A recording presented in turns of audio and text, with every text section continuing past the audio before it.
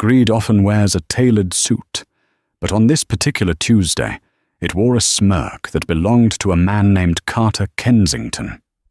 He sat in the center of the VIP booth at L'Obsidienne, Manhattan's most exclusive dining establishment, holding a $100 bill over a burning candle. The flame licked the edge of the currency, curling the green paper into black ash, while his friends laughed. Standing just 3 feet away, Harper, a waitress who had been working a double shift on an empty stomach, watched the money burn. She didn't flinch. She didn't speak. She knew something they didn't. The man sitting quietly in the corner shadow wasn't just another patron. He was the only person in the room who knew who Harper really was, and he was about to ask a question that would cost Carter a lot more than a burnt $100 bill. The rain battered the windows of L'Obsidienne, blurring the lights of New York City into streaks of gold and charcoal. Inside, the atmosphere was hermetically sealed against the cold reality of the world.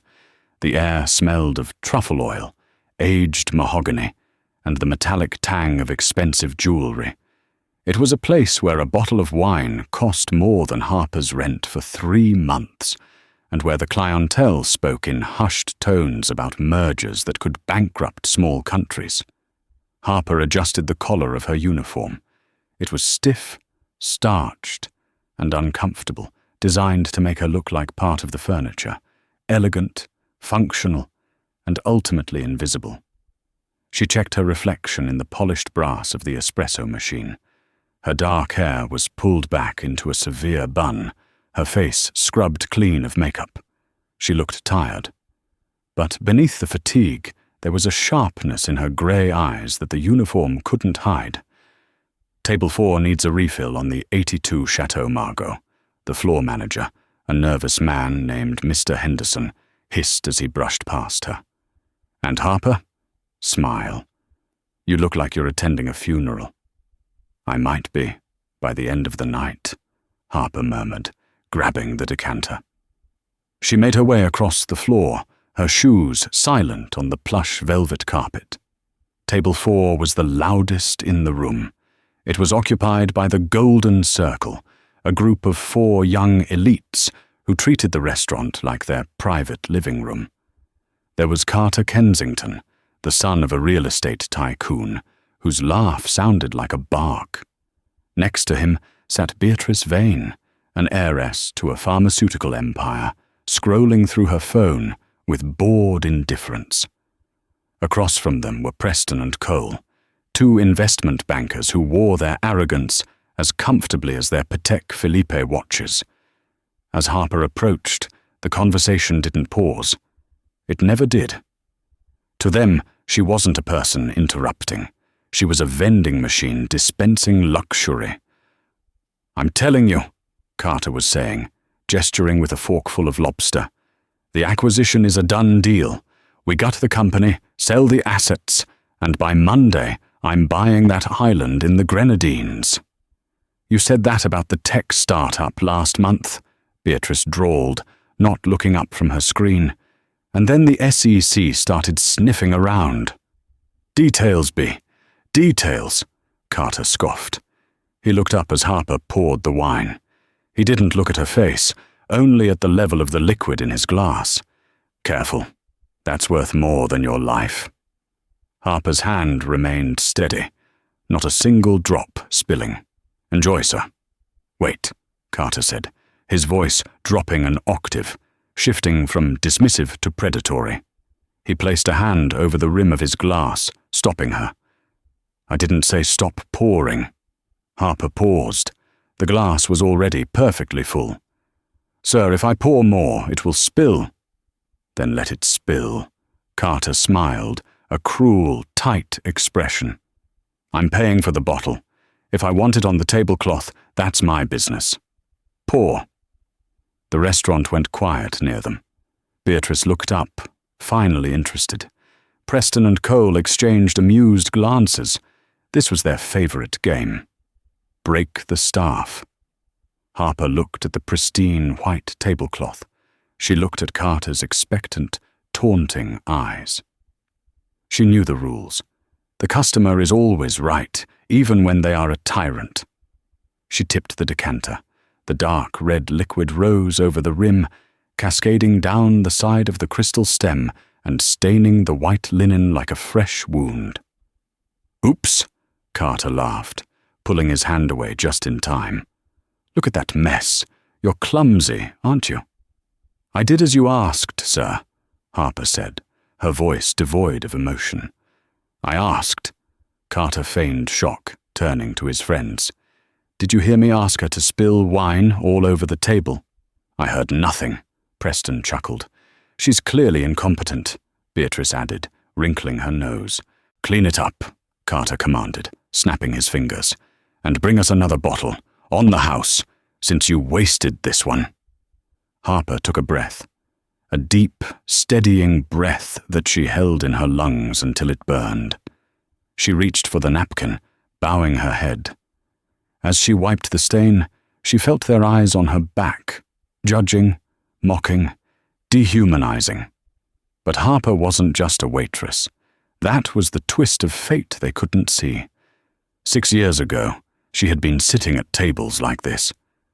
She had been on the other side of the glass, before her father's scandal, before the seizure of assets, before the name Blackwood became poison in this city. She had been one of them. In fact, she had been better than them. She finished cleaning the spot, her dignity bruised but intact. As she stood up, she caught the eye of a man sitting alone at a small table in the far corner. He was older, perhaps in his late 60s, with a shock of silver hair and a beard that was neatly trimmed. He wore a suit that whispered, "Old money." No labels, just perfect tailoring. He was reading a leather-bound book, but his eyes were fixed on her. He gave her a nearly imperceptible nod. Harper didn't know him. But for a second, she felt seen. The night wore on, and the cruelty at table 4 escalated. It wasn't enough that Harper had humiliated herself, cleaning the wine. They wanted entertainment. When Harper returned with the main courses, Carter was in the middle of a story about firing his assistant because she brought him the wrong brand of sparkling water. "It's about standards," Carter declared, slamming his hand on the table, making the silverware jump. "If you can't get the little things right, you don't deserve a seat at the table. You don't even deserve to be in the room." He turned his gaze to Harper as she placed a plate of filet mignon in front of him. "Speaking of standards," Carter sneered. "Hey, sweetheart, what's 15% of $3,000? Harper paused. "Sir?" "The bill," Carter gestured vaguely. "It's going to be around $3,000. I'm trying to figure out your tip. But since you're so slow, I figure I should make you work for it." "What's 15% of 3,000? Do the math. In your head." It was a simple calculation. $450. Harper knew it instantly. She also knew the square root of 3,000 to 5 decimal places. She knew the history of the cattle ranch where the beef on his plate was raised. She knew the chemical composition of the wine he was drinking. But she also knew that answering too quickly would bruise his ego, and a bruised ego in a man like Carter meant a complaint to the manager. And a complaint meant she lost her job. And losing her job meant her sick mother, lying in a hospital bed in Queens, wouldn't get her medication. So Harper played the part. She furrowed her brow, looking down at her notepad. Is it 300? She stammered, intentionally underselling herself. The table erupted in laughter. 300, Beatrice cackled. "Oh my God, Carter, she's practically giving you a discount." "Public school education at its finest," Preston jeered. Carter leaned back, looking satisfied. "It's $450, darling, but since you got it wrong, let's say 0. He picked up a bread roll and tossed it at her. It hit her shoulder and fell to the floor. "Fetch," he whispered. The restaurant had gone silent again. This was too far. Even the other diners were looking uncomfortable. Mr. Henderson, the manager, was watching from the podium, looking pale. He wouldn't intervene. Carter's father owned the building. Harper looked at the roll on the floor. She looked at Carter. "I'm here to serve food, sir," Harper said quietly. "Not to be your entertainment." "You're here to do what I pay you to do," Carter hissed, standing up. He towered over her. "And right now, I'm paying you to pick up that roll." "No," Harper said. The word hung in the air, heavy and absolute. "Excuse me?" Carter's face went red. "I said no." Carter laughed, a dry, humorless sound. "Do you know who I am? Do you know that I could have you fired, blacklisted, and on the street in 10 minutes? I could buy this restaurant and turn it into a parking lot just to spite you." "You could," Harper agreed. "But you can't buy class, Carter, and you certainly can't buy decency." The silence in the room was deafening. Carter looked like he had been slapped. No one spoke to him like that. Not his employees, not his friends, certainly not a waitress. "Get out," Carter snarled. "Get out of my sight before I drag you out myself." "Is there a problem here?" The voice came from the corner. It was deep, resonant, and carried a weight that cut through the tension like a knife. The older man, the one who had been reading the book, stood up. He closed his book with a soft thud and walked toward table 4. He didn't walk with the hurried pace of a manager or the swagger of a banker. He moved with the slow, inevitable momentum of a glacier. Carter turned, annoyed at the interruption. "Mind your own business, Grandpa. This is between me and the help." The older man stopped a few feet away. Up close, he was even more imposing. His eyes were the color of steel, and they were fixed on Carter with a look of profound disappointment. "The help," the man repeated. "I see only one person here who needs help. You seem to be struggling with a great deal of insecurity." "Who do you think you are?" Carter stepped forward, puffing out his chest. "Do you know who my father is?" "I know who your father is," the man said calmly. "Robert Kensington, a man who built his empire on aggressive leverage and cutting corners.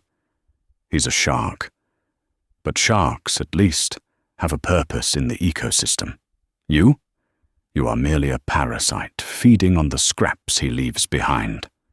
Carter's jaw dropped. Beatrice gasped. "And as for you," the man turned his gaze to Harper, his expression softened. "You handled yourself with remarkable restraint." "Thank you, sir," Harper said, her voice trembling slightly. "But restraint is not enough tonight," the man said. He turned back to the table of elites. "You mocked her intelligence. You mocked her station. You think that because she serves you, she is beneath you." He reached into his jacket pocket and pulled out a small, folded piece of paper. He placed it gently on the center of their table, right next to the wine stain.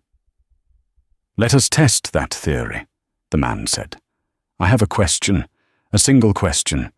If any of you, educated at the finest Ivy League schools, masters of the universe, can answer it, I will pay your bill. In fact, I will pay for everyone in this restaurant tonight. I will also give each of you $1 million right now via wire transfer." The table went dead silent. Even the kitchen staff had stopped working to listen. "But," the man continued, raising a finger, "if you cannot answer it, and she can," he pointed to Harper, "then you will apologize. You will leave this restaurant, and you will never set foot in any establishment I own again. And Carter? I own a great many things." Carter looked at his friends. $1 million each? It was a gamble, but they were arrogant. They believed they knew everything. "Deal," Carter spat. "What's the question? Make it hard." The man smiled. It wasn't a nice smile. "It is not a math problem, Carter. Nor is it a question of finance." He looked at Harper, a strange glint in his eye. The question is this. In the painting, The Fall of Icarus, by Bruegel, which hangs in the Royal Museums of Fine Arts of Belgium, what is the ploughman looking at? Carter blinked. Beatrice frowned. Preston pulled out his phone. Ah, the man said sharply. No phones. This is a test of knowledge, not of Google. Carter stared blankly. The Fall of Icarus. It's a painting. Who cares what the ploughman is looking at? He's looking at the ground. He's ploughing. Is that your answer? The man asked. Yes, Carter said confidently. He's looking at the ground. Beatrice? The man asked. He's looking at Icarus falling, she guessed. It's in the title. Preston? The sun? Preston shrugged. The man shook his head slowly. Wrong. Wrong. And wrong. He turned to Harper. The room held its breath. Harper, the man said softly. Do you know the answer? Harper looked at the man. Her heart hammered against her ribs. She hadn't thought about that painting in years. Her father had a replica of it in his study. He used to quiz her on art history when she was a child, before everything fell apart. She closed her eyes, visualizing the canvas. The sea, the ship, the legs of Icarus disappearing into the water, and the ploughman in the foreground. She opened her eyes. The silence in L'Obsidienne had a texture to it now, thick and suffocating, like velvet wrapped too tightly around a throat. Every eye in the establishment was fixed on Harper. She stood by the table, her hands clasped in front of her apron, looking not at the arrogant faces of the golden circle, but past them, into a memory of a life she used to live. The ploughman, Harper began, her voice steady and clear, cutting through the ambient noise of the kitchen clatter, is looking at the furrow he is ploughing. He is looking at the earth. He is looking at his job. She paused, shifting her gaze to Carter, who looked bored and dismissive. In Bruegel's painting, Harper continued, her tone gaining strength, Icarus, the boy who flew too close to the sun, has just fallen from the sky. He is drowning in the corner of the canvas. You can only see his legs splashing into the green water. It is a tragedy. A life is ending. A miracle and a disaster are happening simultaneously. But the ploughman? He doesn't look up. The shepherd doesn't look up. The merchant ship sails right past him. She took a step closer to the table. The painting isn't about the fall, Carter. It's about the world's indifference to it. It's about how people like you can sit here, eating lobster and burning money, while someone drowns right next to you. You asked what the ploughman is looking at. He is looking away. Just like you. For a moment, nobody breathed. The interpretation was not just an academic answer. It was an indictment. It stripped the moment naked, revealing the ugly truth of their behavior. The older man in the corner began to clap. It was a slow, rhythmic applause. Precisely, the man said, walking closer. Indifference. The luxury of the comfortable to ignore the suffering of the fallen. Carter's face went a shade of purple that clashed violently with his tie. He slammed his hand on the table. This is ridiculous. She probably looked it up on her watch or something. It's a trick. You're scamming us. I have no smartwatch, sir, Harper said, holding up her bare wrist. And I don't need tricks to be educated. It doesn't matter. Carter stood up, knocking his chair back. I'm not playing this game. Who are you, old man? Some retired professor? You think you can embarrass me? The man smiled, but his eyes remained cold as winter ice. You asked who I am. I suppose it is time for introductions. My name is Tobias King. The name hit the room like a physical blow. Preston, the banker, actually dropped his fork. Beatrice's jaw went slack. Tobias King, the king of Wall Street. The man who didn't just move markets, he created them. He was a recluse, A legend, a man whose net worth was estimated in numbers that didn't fit on a standard calculator. He was also the majority shareholder of the hospitality group that owned L'Obsidian. "Mr. King," Preston stammered, standing up so fast he nearly tripped. "We didn't know." "Sit down," Tobias commanded. The authority in his voice was absolute. Preston sat. "You accepted the wager, Carter," Tobias said, turning his attention to the ringleader. "I offered you $1 million. You lost. Now, you owe the debt. The debt was an apology, and your departure." "I'm not apologizing to a waitress," Carter sneered, though his voice wavered.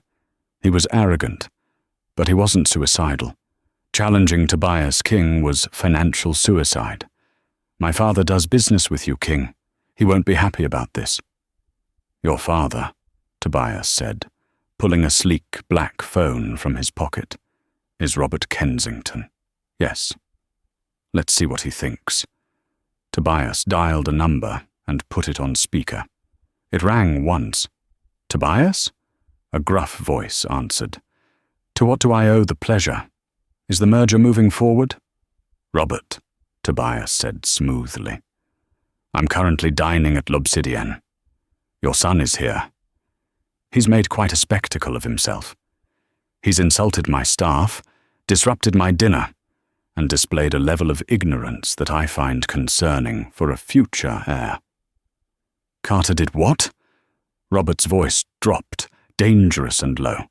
"He also just lost a bet," Tobias continued, looking Carter dead in the eye. "He refused to honor it.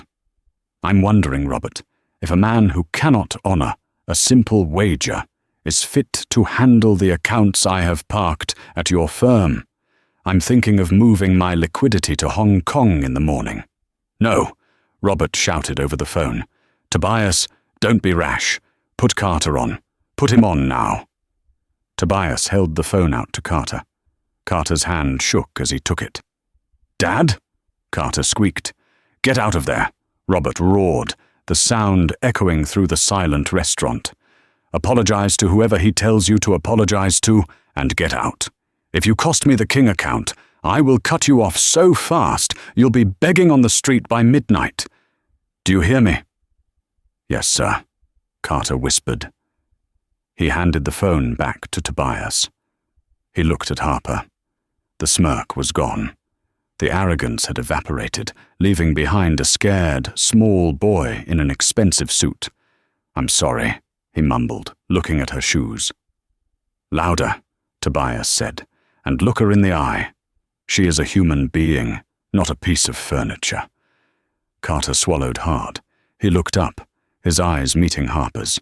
He saw the fire there, the dignity he tried to crush. "I'm sorry," Carter said, his voice cracking. "I was out of line." "You were cruel," Harper corrected him. "There is a difference." "Now," Tobias gestured to the door. "Leave, and remember, the ban is permanent. If I see you in any of my properties, hotels, restaurants, clubs, you will be removed by security. Goodbye." The Golden Circle scrambled to leave. Beatrice grabbed her purse, hiding her face. Preston and Cole didn't look back. Carter was the last to go, casting one final hateful glance at Harper before disappearing into the rainy night. The restaurant remained silent for a long beat. Then, slowly, the tension broke. A few diners whispered. Mr. Henderson, the manager, looked like he was about to faint. Tobias turned to Harper. The hardness in his face vanished, replaced by a curious warmth. "You have a sharp mind, Harper," he said, "and a strong spine. Rare combination." "Thank you, Mr. King," Harper said. She felt lightheaded. The adrenaline was fading, leaving her trembling. "I should get back to work. I have other tables." "No," Tobias said. "You don't, Mr. Henderson?" "Yes, Mr. King?" The manager rushed over, sweating. "Harper is finished for the evening. In fact, she is finished with this position entirely. Take her apron. Pay her for the month." Harper's eyes widened. "Sir, are you firing me?" Firing you? Tobias laughed softly. No, my dear, I'm promoting you. But first you look famished. Please join me. He gestured to the empty seat at his table. But the rules, Harper whispered. Staff can't eat with guests. I make the rules, Tobias said. Sit. Harper sat. The chair was soft leather, embracing her tired body. It felt foreign to be on this side of the table again. For 6 years she had stood. She had served. She had watched people eat while her own stomach rumbled. Now, a waiter, a young man named David, whom she had joked with in the break room, poured her a glass of water with trembling hands. Relax, David, Harper said gently. It's just me.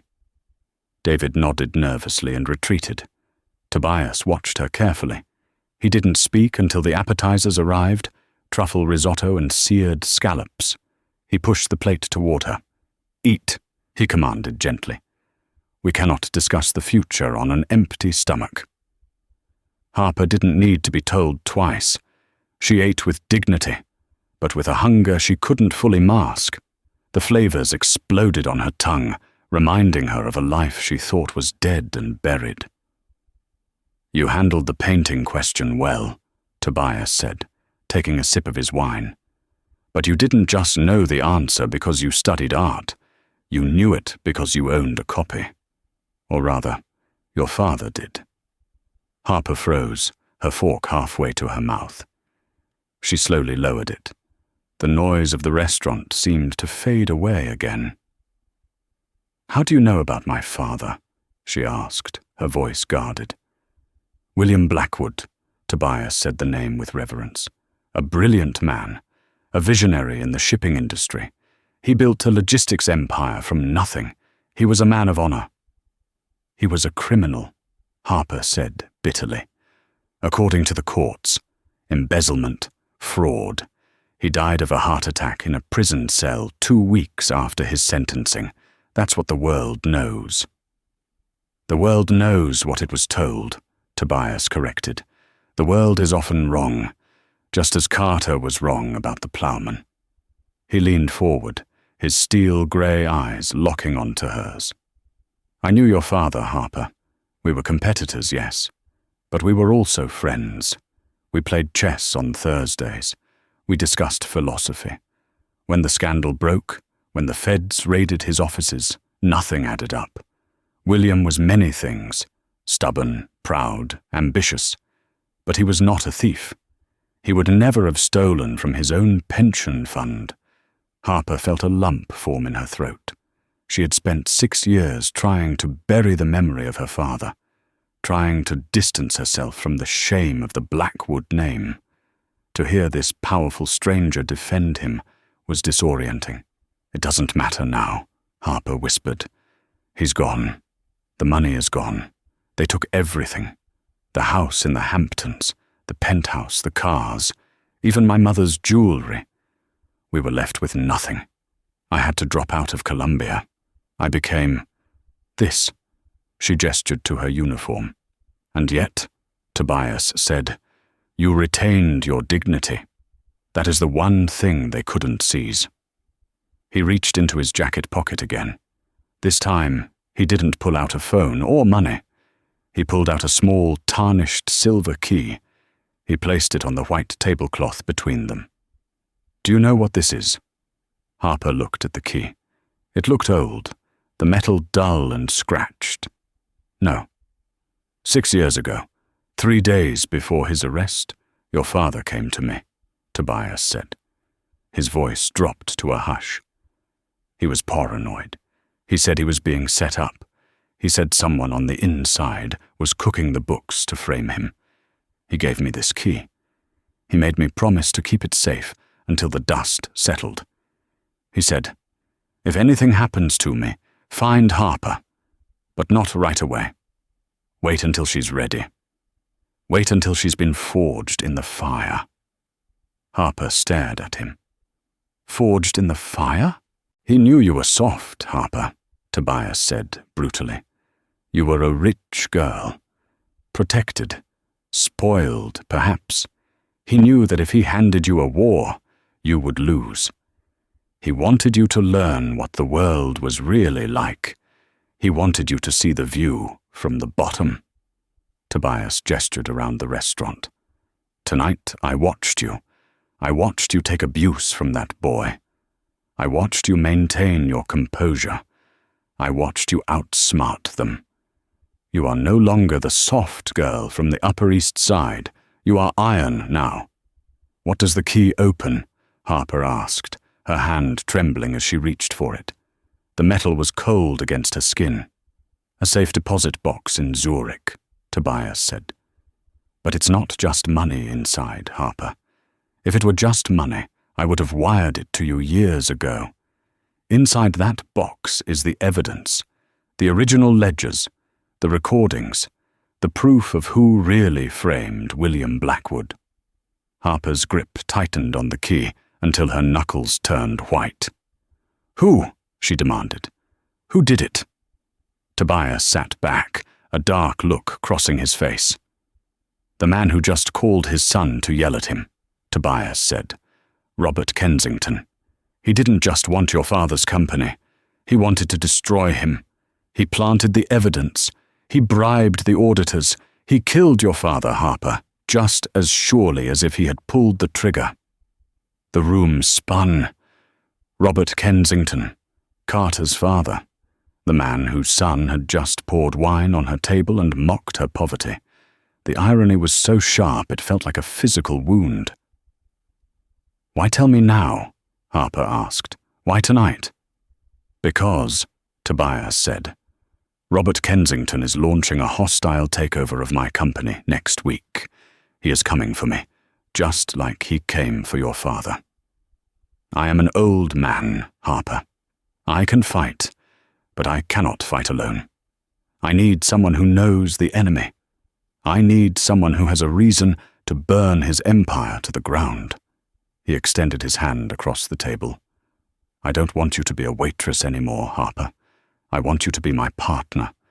I want you to help me destroy the Kensingtons. We will take everything from them. Their reputation, their wealth, their pride.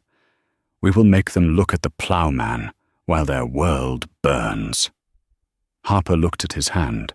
She looked at the key in her palm. She thought of her mother, lying in a charity ward in Queens, coughing her lungs out because they couldn't afford the best specialists. She thought of Carter's laugh. She thought of her father, dying alone in a concrete cell. A cold, hard resolve settled over her heart. The girl who cleaned up spilled wine was gone. She reached out and took Tobias's hand. When do we start? She asked. Tomorrow morning. Tobias smiled, and it was the smile of a wolf baring its teeth. But first, you need a new wardrobe. You can't kill a king while dressed as a servant. The transition from Harper the waitress to Harper the Avenger did not happen in a montage of shopping bags and pop music. It happened in the cold, pressurized silence of a Gulfstream G650 jet cruising at 45,000 feet over the Atlantic Ocean. Tobias King did not believe in half measures. By 8 a.m., the morning after the incident at L'Obsidienne, Harper's debt to the hospital for her mother's care had been paid in full, anonymously. A team of private nurses had been assigned to her mother's room, ensuring she received care reserved for heads of state. With her primary worry alleviated, Harper's mind was free to focus on one thing: the destruction of the Kensington family. They landed in Zurich under a blanket of grey clouds. The city was a fortress of banking privacy, a place where secrets went to hibernate in steel boxes beneath the streets. Tobias waited in the car while Harper entered the bank alone. She wore a trench coat Tobias had provided, her hair loose, her hands steady. The bank manager, a man named Herr Müller, who looked as if he had been carved out of granite, led her down to the vault. The air grew cooler as they descended. The silence was absolute. Box 404, Müller said, unlocking the heavy steel drawer and placing it on a wooden table. I will leave you." Harper stared at the box. It was just metal and air, but it contained the ghost of her father. Her trembling fingers undid the latch. Inside there was no money. There were no diamonds. There was a single, thick leather notebook and a flash drive. She opened the notebook. It was her father's handwriting. The familiar scrawl brought tears to her eyes, but she blinked them back. She began to read. Page after page detailed the betrayal. Robert Kensington hadn't just framed William Blackwood. He had used Blackwood Logistics to launder money for a cartel operating out of South America. When William found out and threatened to go to the FBI, Robert had triggered the failsafe, a fabricated paper trail that made William look like the mastermind. Harper read for an hour. The sadness in her chest calcified into something harder, sharper. Hate is a powerful fuel, but righteous indignation is a nuclear reactor. Robert Kensington was a monster hiding in a tailored suit. He had killed her father to save his own skin and cover up crimes that were far worse than embezzlement. She took the flash drive and the book, placed them in her bag, and walked out of the vault. She didn't look like a victim anymore. She looked like a prosecutor. Back in New York, the war room was established in the library of Tobias's penthouse overlooking Central Park. The walls were lined with books, but the large oak table was covered in schematics, financial reports, and the guest list for the Kensington Gala. "The gala is in 2 days," Tobias said, pointing to the floor plan of the Metropolitan Museum of Art, where the event was to be held. "Robert uses this event every year to whitewash his reputation. He invites the city's elite, donates a fraction of his stolen wealth to charity, and secures his social standing. And this year," Harper said, studying the list, "he plans to announce the acquisition of your hotel group." "Correct," Tobias nodded. "He thinks I am weak. He thinks I am selling off assets to cover losses. He doesn't know I've been liquidating assets to build a war chest to buy him out once his stock crashes." "So what is the play?" Harper asked. "Exposure," Tobias said. "We cannot just sue him. Lawsuits take years. We need to destroy him in the court of public opinion first. We need to make him radioactive. Once the investors see the truth, his board of directors will oust him to save the stock price. That is when we strike." He looked at Harper. "But I cannot be the face of this. Robert expects me. He has prepared defenses against me. He does not expect you." "He thinks I'm a waitress," Harper said. "He doesn't even remember you exist," Tobias corrected. "To him, the Blackwood name is dead. You are going to resurrect it. You will attend the gala. Not as my guest, but as the new chairwoman of the Phoenix Trust." "The Phoenix Trust?" "A holding company I created yesterday," Tobias smiled. "It now owns 5% of Kensington Enterprises. I bought the shares through shell companies this morning. You are the majority shareholder. You have a right to be there, and you have a right to speak." The next 48 hours were a blur of preparation. It wasn't just about strategy. It was about weaponizing Harper's appearance. Tobias hired a stylist who had dressed royalty. They didn't choose a dress that said princess. They chose a dress that said warrior. It was a gown of deep, midnight blue velvet, structured and sharp, with a neckline that was daring but elegant. It was the color of a bruise, the color of the deep ocean where Icarus fell. Along with it, she wore diamonds, not delicate ones, but heavy, geometric stones that caught the light like daggers. But the most important preparation was internal. Tobias grilled her. He played the role of Robert Kensington, shouting at her, intimidating her, trying to break her composure. "You're a fraud," Tobias shouted across the library table. "You're a bankrupt little girl serving coffee." "I am the owner of 5 million shares of your company," Harper shot back, her voice level. And I have the ledger, Robert. I know about the cartel. Good. Tobias broke character, nodding. But don't say cartel too early. Keep the ace up your sleeve until he corners you. Let him think he's winning. Let him brag. A man is most vulnerable when he is congratulating himself.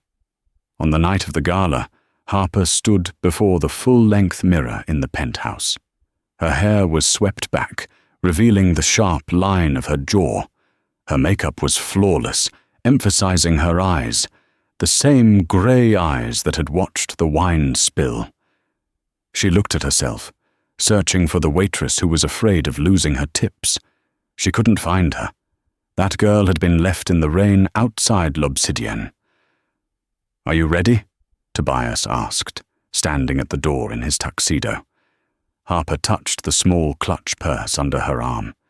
Inside was the flash drive. "No," Harper said. "I'm not ready. I'm inevitable."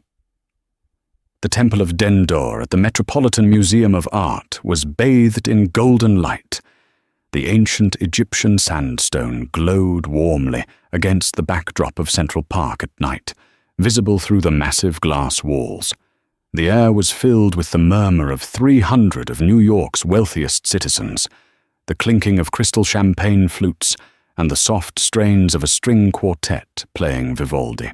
It was a display of obscene wealth. The floral arrangements alone cost more than most people earned in a decade. And at the center of it all, holding court like a pharaoh, was Robert Kensington. He was a large man, broad-shouldered and loud, with a face that had grown florid from years of expensive scotch and unchecked aggression. Beside him stood his wife, a woman who looked like she was made of porcelain and fear, and his son, Carter. Carter looked bored. He was scrolling on his phone, ignoring the debutante currently trying to make conversation with him. He looked exactly as he had in the restaurant, entitled, rude, and untouchable. Harper arrived late. It was a calculated move. The cocktail hour was nearly over, and the guests were beginning to move toward their assigned tables. When she walked into the hall, the room didn't go silent immediately. It was a ripple effect. The people near the entrance stopped talking first, their eyes drawn to the woman in midnight blue who moved with a predatory grace. Then the silence spread, wave by wave, until the string quartet trailed off, sensing the shift in the atmosphere. Harper didn't look at the floor. She didn't look at the exit. She walked straight down the center aisle, her heels clicking rhythmically on the stone floor. She looked like a queen returning from exile to reclaim her throne. "Who is that?" whispered a socialite near the front. "Is that a model?" asked a hedge fund manager. "She looks familiar," murmured someone else. Robert Kensington stopped mid-laugh. He squinted, trying to place the face. He knew everyone who mattered, and he didn't know her. Therefore, she shouldn't be here. Harper stopped 10 feet from the Kensington family. She stood tall, the diamonds at her throat catching the overhead lights. Carter looked up from his phone. His eyes widened. He recognized her, but his brain refused to process it. It was a cognitive dissonance that momentarily paralyzed him. The waitress? No, it couldn't be. The waitress was in a uniform.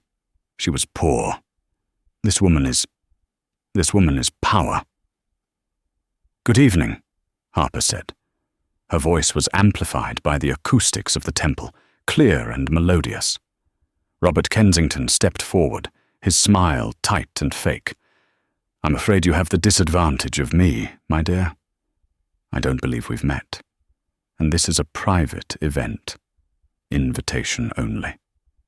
"Oh, I have an invitation," Harper said, producing a heavy cream envelope from her clutch.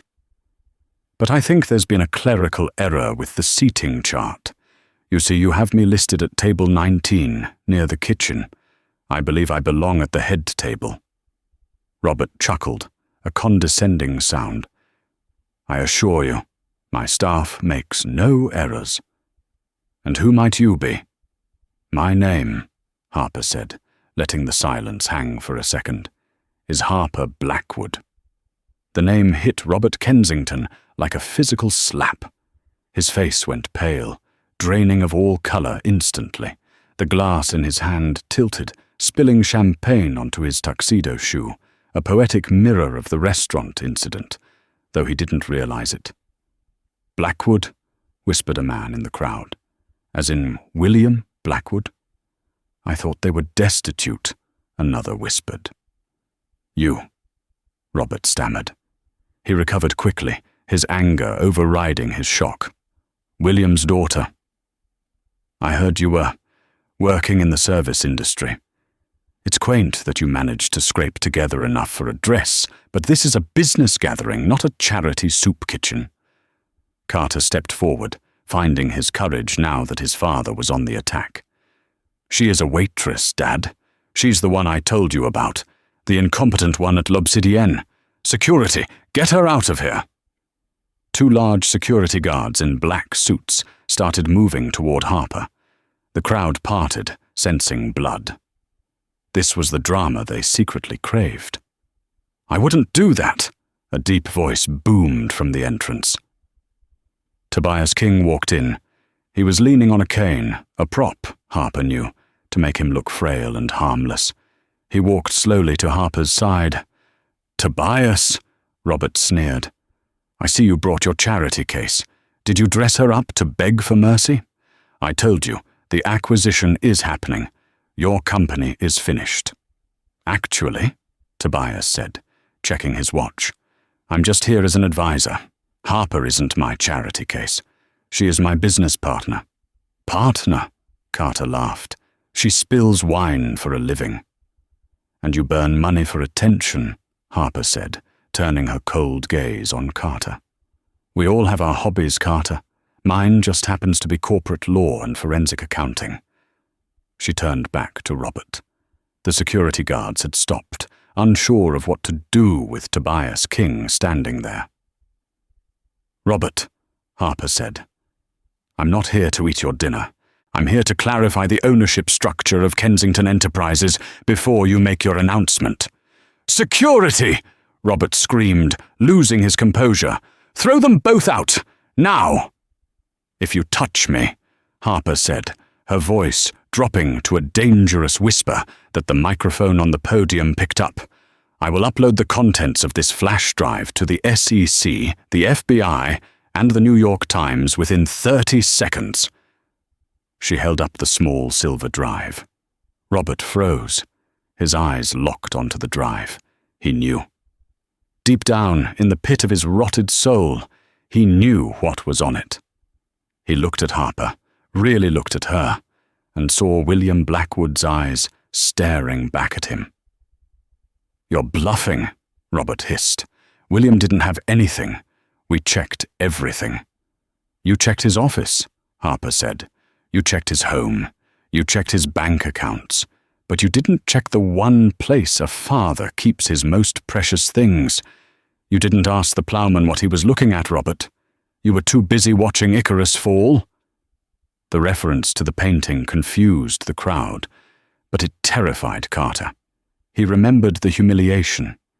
He remembered the old man's riddle. "What do you want?" Robert asked, his voice low. The crowd was murmuring loudly now. Phones were out. People were recording. "I want the microphone," Harper said. "No," Robert said. "Then I press send." Harper tapped her phone screen. "And tomorrow morning, instead of a merger, you'll be facing an indictment for racketeering, money laundering, and conspiracy to commit murder." The word murder hung in the air. The porcelain wife gasped. Robert looked around. He was trapped. He was in the center of his own kingdom, surrounded by his subjects, and he was being held hostage by a ghost. He looked at the security guards, then at Tobias, then at Harper. He saw no mercy in her eyes. He stepped aside. Harper walked up the stairs to the small stage. She stood behind the podium. It was meant for a billionaire to brag about his conquests. Now, It was a witness stand. She looked out at the sea of faces, the people who had shunned her family when the scandal broke, the people who had let her father rot. "Ladies and gentlemen," Harper began, "my name is Harper Blackwood, and I am going to tell you a story about the cost of a dinner." She looked down at Carter, who was shaking in his shoes. "Carter asked me a question the other night," she said into the mic. "He asked me to calculate 15% of $3,000. He wanted to humiliate me. He wanted to remind me that I was a servant. But tonight, I have a math problem for you, Carter." She pointed a finger at him from the stage. "If a man steals $200 million, launders it through a shipping company, frames his best friend, and murders him to keep it quiet, how many years in a federal penitentiary does that equal?" The room exploded. The uproar in the Temple of Dendur wasn't polite applause. It was the roar of a mob realizing they were dining with a monster. "Lies!" Robert Kensington screamed, his face turning a dangerous shade of plum. "She's lying. Someone cut her microphone." "I don't need a microphone to tell the truth, Robert," Harper said calmly. She nodded to the AV booth where Tobias's team waited. Suddenly, the projection screens behind the stage flickered. The stock charts vanished, replaced by a scanned ledger page highlighted in neon yellow. It showed millions moving from Blackwood Logistics to Robert's offshore accounts. Before the crowd could process the image, the audio system crackled. A voice filled the stone hall, unmistakably Robert's, dripping with malice. "William is getting close to the truth. Make it look like a heart attack. I don't care how you do it, just make sure he never testifies." The recording ended. The silence was absolute. Robert stood frozen, looking like a wax figure melting under the lights. "That's AI," Robert stammered, desperate. "Deepfake technology."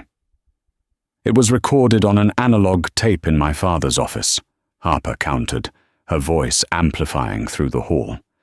"The original is with the district attorney, along with the testimony of your accountant, whom we found in Brazil." The museum doors burst open. A phalanx of FBI agents and NYPD detectives stormed in. Tobias King tapped his cane on the floor. "Checkmate." As agents handcuffed Robert, he looked back at the stage, eyes wild with hate. "You're nothing," he spat. "You're just a waitress." Harper leaned into the microphone one last time. "I am William Blackwood's daughter, and I just closed your account." The room's attention shifted to Carter. The heir who burned money for sport was now cowering behind a display of Egyptian pottery, tears ruining his spray tan. Harper descended the stairs, the crowd parting for her like the Red Sea. "Please," Carter whispered, trembling. "I didn't know." "You aren't better than anyone, Carter," Harper said softly. "You were just lucky. And luck runs out." She reached into her purse and pulled out a $1 bill, dropping it at his feet. "Here is your severance," she said. "The assets are frozen. You'll have to walk home. Try not to burn it." 6 months later. The Kensington scandal dominated the news for months, but the outcome was decisive. Robert Kensington pleaded guilty to avoid the death penalty, receiving life in prison. His empire was dismantled to repay the stolen pension funds. From the ashes, justice rose. Harper stood in the office that used to belong to Robert. The gaudy gold statues were gone, replaced by a simple photo of her father. She was now the CEO of the newly formed Blackwood King Logistics. "Board meeting in 5 minutes," Tobias said from the doorway, looking revitalized. "But first, lunch. I have a craving for the lobster bisque at L'Obsidienne." Harper hesitated. She hadn't been back. "Come on," Tobias smiled gently. "It's time to rewrite the memory." The restaurant was the same, but the power dynamic had shifted. When Harper walked in wearing a tailored cream suit, Mr. Henderson, the manager, nearly fainted. He rushed to clear a VIP booth, but Harper stopped him. "Table 4 is open," she said. They sat where the wine had been spilled months ago. A young waitress named Maya approached. She looked terrified, shaking as she poured the water. In her nervousness, she splashed a few drops onto the tablecloth. Maya froze, eyes wide with panic. "Oh God, I'm so sorry. Please don't tell the manager." Harper looked at the stain, then at the girl. She saw herself, the fear, the exhaustion, the crushing weight of servitude. Harper reached out, covering Maya's hand with her own. "It's okay," she said softly. "It's just water. It dries." "You aren't mad," Maya whispered. Harper pulled a $100 bill from her bag, wrapped it inside a napkin, and handed it to her. "Maya," Harper said, "if anyone ever makes you feel small, remember, you control the food. You have the power. Never let them take your dignity."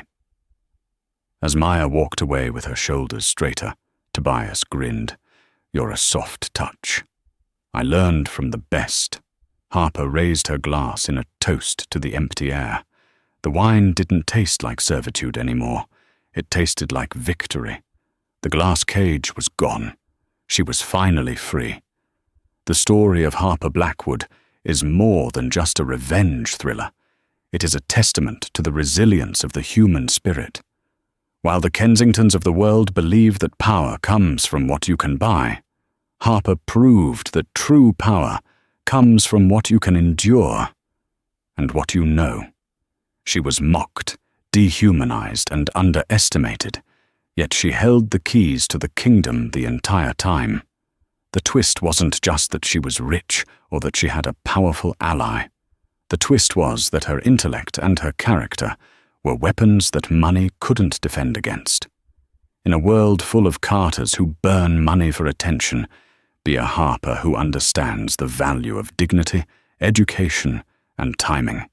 The wheel of karma turns slowly, but when it grinds exceedingly fine. Wow, what a journey. From a humiliated waitress cleaning up wine spills to a CEO taking down a corrupt empire, Harper really gave Carter and his father exactly what they deserved. If this story satisfied your craving for justice, please hit that like button. It really helps the channel grow and lets me know you want more stories like this. What was your favorite moment? Was it the riddle about the painting? Or was it the moment Harper revealed her true identity at the gala? Let me know in the comments below. I read every single one. And if you haven't already, make sure to subscribe and ring that notification bell so you never miss a new story. We have plenty more tales of revenge, romance, and karma coming your way. Thanks for watching, and I'll see you in the next video.